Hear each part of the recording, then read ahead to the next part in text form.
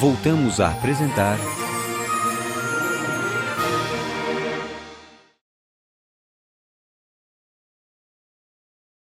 Em novembro de 1958, Henry Feierabend e sua esposa Emma embarcam para uma jornada missionária de 11 anos no Brasil. Eu nunca queria ser missionário. É a última coisa que eu queria. Eu nunca queria aprender outra língua, porque eu não queria ter sotaque e falar mal, falava bem inglês. E quando pessoas falaram em ser missionário, eu não gostei da ideia. Mas um dia chegou uma carta da Conferência Geral me convidando para o Brasil. Eu não sabia nada do Brasil. O Brasil, para mim, era um país do terceiro mundo, onde tem muitos macacos e cobras. E eu mostrei a carta para minha esposa e disse: você quer ir para o Brasil? Ela disse: acho que não. Eu disse: eu também não. Mas aquela noite não dormimos. Estávamos sem filhos e não tinha nenhum motivo de dizer não. E não dormimos. E quando levantamos de manhã, nós dois resolvemos que deveríamos aceitar, que se Deus está chamando, vamos. E nós fomos para o Brasil não porque nós queríamos. Uma coisa triste, eu era pastor de uma igreja, tinha um programa de rádio, sempre meu avô era, e agora eu tenho que largar tudo isso e ir lá para o mato, pregar para índios, lá correndo sem roupa, batendo em tambores, que eu não sabia. Foi uma grande surpresa chegar no Brasil e ver que aqui tem cidades mais modernas do que Canadá. O primeiro ano, ser missionário, foi muito duro para mim por causa da língua. Senti tão mal que não podia falar. Eu fiquei com tantas saudades da América que comecei a me sentir mal. Eu fui fazer um exame médico e quando o médico disse que não tem nada, eu fiquei triste. Eu queria que ele achasse uma coisa séria para me mandar de volta. E eu achei horrível o primeiro ano. Mas depois comecei a gostar. E não demorou muito, que hoje o Brasil é uma parte de mim. Eu não posso ficar longe muito tempo, porque fica uma saudade tremenda. Acho que é uma grande experiência ser missionário, porque a gente aprende outras culturas e começa a aprender que não é somente nossa cultura que presta, que tem outras culturas que podem nos ensinar. Eu aprendi mais do que ensinei nesse país. Henry Feierabend inicia no Canadá um programa de televisão em português chamado Está Escrito. No início dos anos 90, ele ajuda a implantar o programa no Brasil. Comunicação para o pastor Feierabend é muito mais do que viver quase 50 e poucos anos atrás das câmeras, atrás dos botões de rádio. A comunicação sempre para ele foi um veículo especial para a transmissão da pregação e da mensagem salvadora de Cristo Jesus. Eu sempre gostei de rádio, tive programa de rádio na América, mas achei a televisão melhor. Eu sempre falo, pessoas me perguntam, por que você não tem mais programa de rádio? Eu falo que não tenho voz para o rádio. Então as pessoas respondem, mas você tem cara para a rádio mais do que para a televisão. Mas a televisão me empolgou. Mesmo no tempo da vossa profecia, pastor Campo Longo tinha programa em São Paulo, de Fé para Hoje. E cada semana o quarteto viajava para gravar com ele. Era duro, porque nós trabalhávamos muito. Mas quando não estávamos viajando, saímos na segunda-feira à noite, viajamos a noite inteira, ou de trem ou de ônibus para São Paulo. Gravamos vários programas de Fé para Hoje com o quarteto. E depois pegamos o trem, o ônibus, e outra noite viajamos de volta para o Rio. E na manhã seguinte temos que trabalhar. Mas foi nossa experiência, primeira experiência com televisão. E sempre gostei.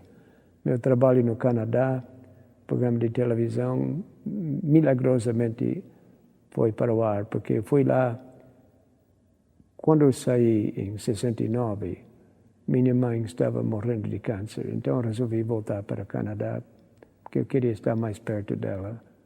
Sabia que ela não ia viver muitos anos mais e ela morreu em pouco tempo. E eu descobri uma comunidade portuguesa na cidade de Toronto, com 400 mil portugueses. Mas o português não é como o brasileiro. Eu queria evangelizar os portugueses. O brasileiro vem quando a gente faz convite e propaganda, mas os portugueses não vieram. Fiz muito propaganda para a primeira noite do evangelismo e a propaganda foi tão eficaz que milhares e milhares de portugueses ficaram em casa, mas ninguém apareceu na reunião. Eu não sabia o que fazer. A Iracy Botelho, hoje chama Tracy, porque não sabem dizer Iracy no Canadá. Ela era minha obreira bíblica quando eu fazia evangelismo. Era organista da Voz da Profecia, depois obreira bíblica. Eu chamei ela e os pais dela vieram e começamos a trabalhar. Iracy bateu em 60 portas numa semana e não conseguiu entrar em nenhuma casa. Bateu a porta na cara dela 60 vezes em 60 tentativas. Eu vi uma velhinha vendo televisão portuguesa e não tinha som. Eu disse para ela, a sua televisão está quebrada? Disse, não. Disse, mas não estou ouvindo nada. Eu disse, não, porque eu não ligo o som, porque é tudo em inglês e não entendo nada. Então eu comecei a sonhar, se eu tivesse um programa em português, ela ligaria o som e muitos outros. E Deus abriu o caminho. Abrimos um programa de televisão em português, foi nosso começo. Sem dinheiro nenhum, só com fé. Mas o dinheiro entrou, milagrosamente. Depois de um programa de 5 minutos, tivemos 29 chamados pedindo estudo bíblico. E dali para frente só cresceu.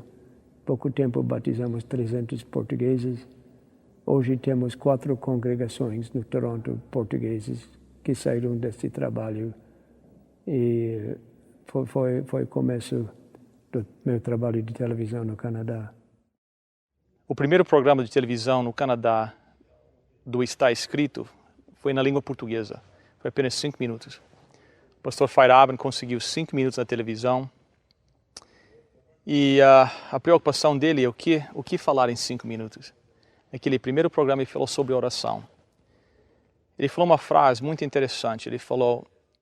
Algumas pessoas acham que Deus morreu, mas eu sei que ele não morreu porque acabei de falar com ele há poucos minutos. Uma família estava assistindo esse programa e essas palavras tocaram neles de maneira muito especial. Essa família eram os meus pais. Eles assistiram esse programa. No final do programa foram convidados a ligar para receber uma Bíblia na língua portuguesa. Os pais estavam morando no Canadá, não tinham uma Bíblia portuguesa. Eles ligaram e foi oferecido um curso bíblico. E eles aceitaram, começaram a estudar a Bíblia, começaram a ver o que a palavra de Deus disse e houve uma transformação na nossa vida. Como resultado, 32 anos depois, hoje eu sou o orador canadense do Está Escrito.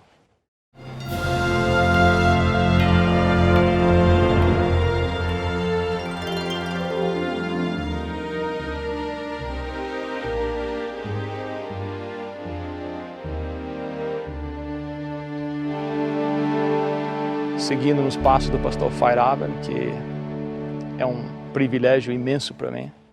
Eu estava muito interessado em começar um programa de televisão, orei muito a Deus, mas nenhuma emissora queria saber do meu programa. Eu visitava todas as emissoras na cidade e todos falaram, não queremos saber da sua religião, não queremos saber coisa em português, que eu queria começar em português.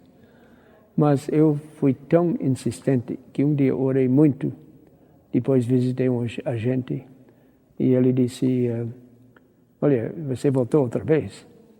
Não posso me ver livre de você? Sim, pode, eu preciso de um contrato. E antes de ter um contrato, senão vai se ver livre de mim, eu volto sempre. E ele deu um risado e tirou um contrato da gaveta. Disse, eu sabia que você voltaria, que não tem jeito, então eu vou lhe dar um contrato. Você pode ter 13 programas, uma por semana, de 5 minutos cada programa. Bem, disse, o que posso fazer em 5 minutos? Eu queria um programa de meia hora, pelo menos. Não tinha só 5 minutos e vale custar $4.000. Eu não tinha dinheiro nenhum. Mas eu pensei, eu orei, agora tenho um contrato, eu vou assinar. Assinei o contrato. Eu saí do prédio, fui para a rua e disse, mas o que eu fiz? Onde eu vou achar $4.000? Não, eu tenho que desmanchar esse contrato. Eu fiz uma volta, comecei a andar para o escritório. Disse, não, mas eu orei tanto e agora eu recebi, eu vou desfazer. Não, tem que ir para frente. Voltei, não, mas não posso pagar. Eu fiquei 1 hora. Vou desmanchar? Não vou desmanchar. Depois eu andei para o salão onde estava fazendo conferências. E lá embaixo da porta tinha uma carta do estado de Massachusetts, de um médico que eu não havia visto em muitos anos. Eu abri a carta e disse, prezado amigo Henry, hoje estou com forte sentimento que você precisa de dinheiro. Aqui tem um cheque de $1.000. Ele, eu não sei como ele achou meu endereço, a carta havia sido escrita 1 semana antes. Chegou neste momento. Por incrível que pareça, em 4 dias eu recebi 4 cartas sem pedir, cada um com $1.000. E o contrato estava pago. Esse foi o começo do nosso programa de televisão. Um dia eu estava no meu escritório trabalhando na cidade, atarefado, e chegou um telefonema. Naquele tempo o celular não era tão difundido, especialmente aqui no Brasil. E o pastor Feirabi disse, Wilson, eu estou falando do meu carro, no meu celular, e eu preciso falar muito com você. É que o diretor mundial da televisão adventista, da Conferência Geral, e o pastor George Vandeman, que eu já havia conhecido por intermédio do pastor Feirabi no Canadá, eles querem muito ir ao Brasil para ter um encontro com você, porque eles souberam que você está iniciando um trabalho de uma televisão aberta no Brasil. E eles querem ir ao Brasil, você pode recebê-los? Eu falei, pastor, que honra receber um pastor Vandeman no Brasil, na minha casa. Para mim é uma alegria num projeto que está nascendo agora. E ele disse, nós queremos ir, e estamos para ir, para estar com você o quanto antes. E me lembrei que haveria um congresso de empresários que eu participaria em Serra Negra. E a Associação de Campinas Adventista estava promovendo através do pastor Tércio Salles, que era presidente da associação. Por felicidade, o pastor Tércio Salles estava na associação, me atendeu na hora. Eu disse, pastor, estou com o pastor Feirabi na linha aqui, no ouvido, e eu tenho um projeto grande, eles estão vindo para falar comigo sobre o canal de televisão 56, mas eu acho que eu preciso partilhar com mais gente. E vai haver esse congresso agora em Serra Negra, tão importante, viram empresários do Brasil, e eu gostaria que o senhor desse uma oportunidade para ele, o pastor Vandeman também. Ele disse, doutor Rossi, o programa está fechado, está impresso. Não tem espaço, eles não tinham alcance quem era um Vandeman. Mas eu tanto insisti, ele disse, não, nós vamos dar um jeito de encaixar. Então sobrou um espaçozinho no congresso, depois do pôr do sol de sábado, no sábado à noite, para que o pastor Vandeman pudesse falar alguma coisinha. Era demais, um espaço tão pequeno para um homem tão grande, mas Deus tinha os seus desígnios. E eu não me esqueço, o pastor Feirabi fez a apresentação, disse a realidade do programa que está escrito nos Estados Unidos, o que era o pastor Vandeman para a igreja na comunicação, e então ele veio falar. E depois que ele falou, o pastor Vandeman, com aquela simpatia, aquela linha, aquela elegância diplomática dele, ele pediu permissão de apresentar um vídeo do programa dele, está escrito, que nós não conhecíamos. E naquela ocasião se dava a grande guerra do Golfo, que abalava o mundo. E causou um impacto tão grande quando o pastor Vandeman passou o seu programa e os ataques e o bombardeio sobre as cidades lá do Iraque.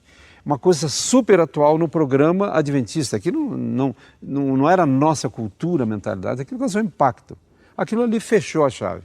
Então, a partir dali, comunicamos, tivemos uma comissão, participamos dela, o pastor Feirabi orientando, ajudando, e devemos muito a Deus. Ao desprendimento do pastor Vandeman vir falar com a gente no Brasil e a compreensão da liderança da obra. Mas devemos muito ao pastor Feirabi, porque o programa está escrito do pastor Vandeman, se instalou no Brasil e hoje continua, até hoje o programa está escrito. No mesmo ano em que realiza a série de conferências Esperança 2000, Henry Feirabi descobre que tem um tumor maligno na perna. Eu tenho sofrido muito nos últimos 4 anos. Tenho tido 4 cirurgias, tenho tido quimioterapia, tenho tido radioterapia, senti muito dor, muitas noites sem dormir por dor. E quando isso acontece, a gente almeja um mundo melhor, onde não vai ter mais essa dor. Olha, nós estávamos em Santa Catarina. Foi logo após nós termos conhecido aqui em São Paulo, nós fomos para Santa Catarina, lá no Castro, em Palmas. E sempre pela manhã ele me chamava para ir à praia. E numa dessas vezes ele disse, engraçado, está saindo alguma coisa aqui no joelho, parece um furúnculo, né? Pequenininho, vermelhinho. E comentou assim rapidamente. E aquilo depois caiu no esquecimento. E ele foi embora. Aí uns dias ele ligou para nós dizendo que estava preocupado porque ele tinha ido ao médico, o médico disse para ele que aqui era um câncer. Um dia ele foi ao médico e resolveu fazer mais alguns exames.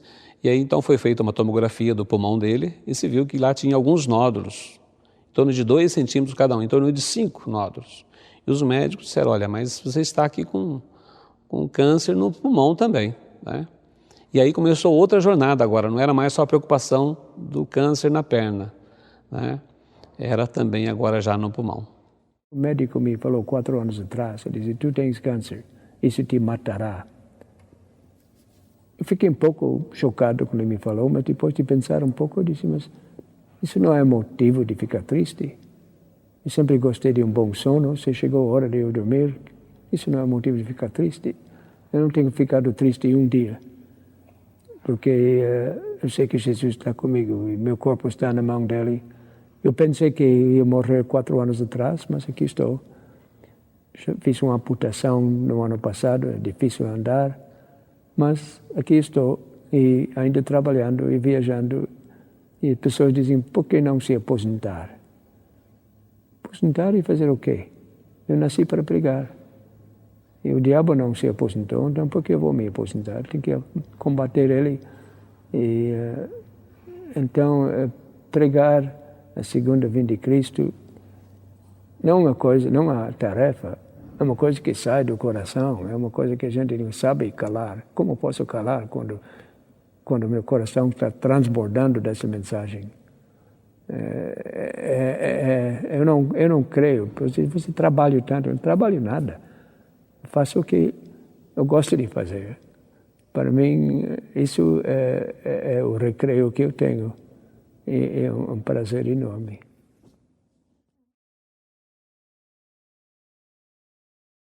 Por mais de 50 anos, a promessa da breve volta de Jesus tem sido o fôlego da vida de Henry Feyerabend.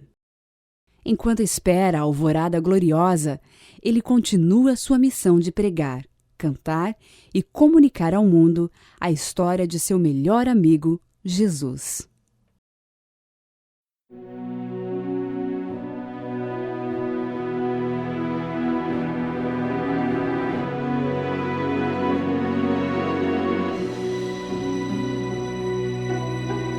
Lembrar do pastor Feyerabend e lembrar de um amigo significa para a gente, aquele amigo está sempre orientando a gente a fazer as coisas certas e corretas.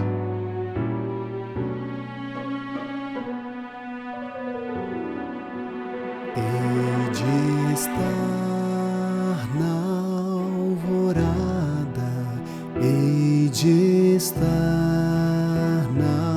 Muitas vezes eu ajudei a colocar a perna e via na sua cintura tipo um espaço em que o cinto muito apertado marcava a sua própria pele. Ele já ficou 3, 4 vezes pregando num único sábado, em pé, sem a perna. Então, a vida dele é uma contribuição à humanidade. Tem algo que me encanta no pastor Feyerabend, eu acho que encanta todas as pessoas que o ouvem. Eu não sei como alguém consegue falar tão sério com tanto bom humor. É o caso do pastor Feyerabend. Aqueles que riem no programa dele com certeza vão chorar no final. Ele consegue ser profundo de uma forma tão leve, de uma forma tão gostosa de se ouvir. Isso me encanta no pastor Feyerabend.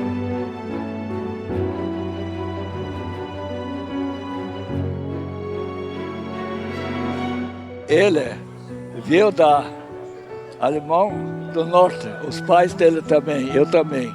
Somos da mesma terra, origem. E por isso nós somos alemães que fazem o povo rir, animar, ninguém dorme. Eu cantava um verso, eu lembro. Der Herr hat viel für mich getan, ich werde ihn immer lieben.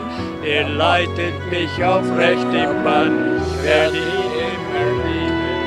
Ich werde ihn immer lieben, denn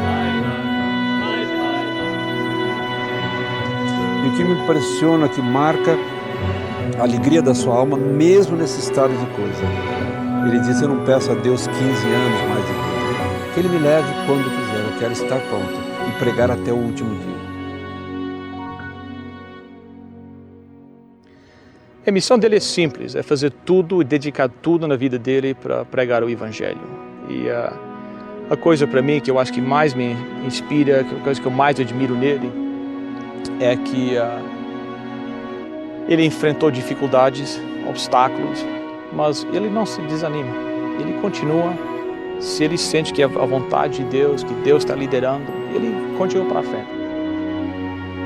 As histórias de salvação, Deus escreve em vidas humanas.